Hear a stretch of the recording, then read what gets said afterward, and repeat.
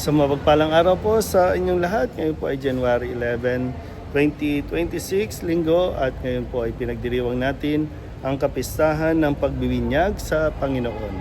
Ating pong unang pagbasa at pagninilay sa araw na ito ay hinango mula sa aklat ni Propeta Isaías, chapter 42, verses 1 to 4 and verses 6 to 7.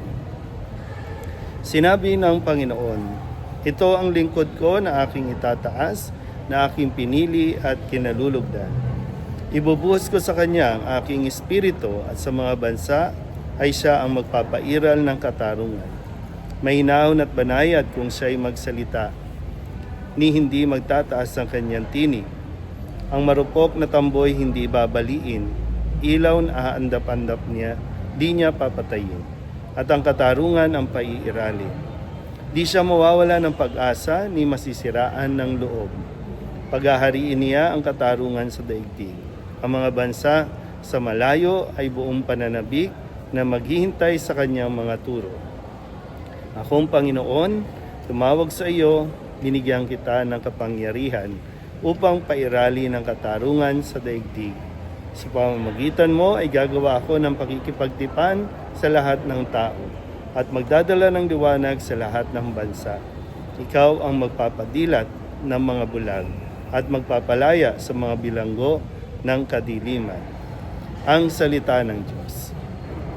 Muli po, isang mapagpalang araw sa inyo pong lahat at maligayang pagdiriwang ng pagbibinyag sa ating Panginoon. At ito na rin ang hudyat ng pagpasok natin sa mga tinatawag nating karaniwang panahon. So natapos na po tayo sa Christmas season. Ngayon ay mag-uumpisa tayo sa ordinary season at maigli lang po ito.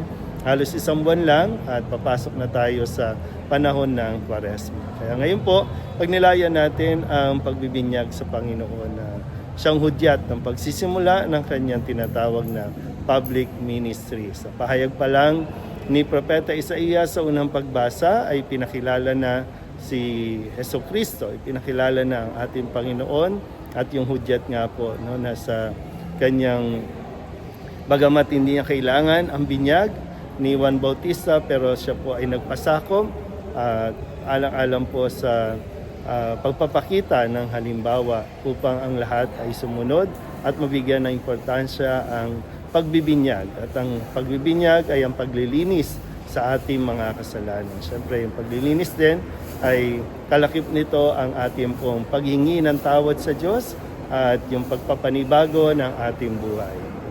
At ang ating binyag ang siyang nagbibigay din sa atin ng kalakasan, kapangyarihan upang ating pong maipahayag ang mabuting balita. Muli po, isang mapagpalang araw sa inyo po lahat.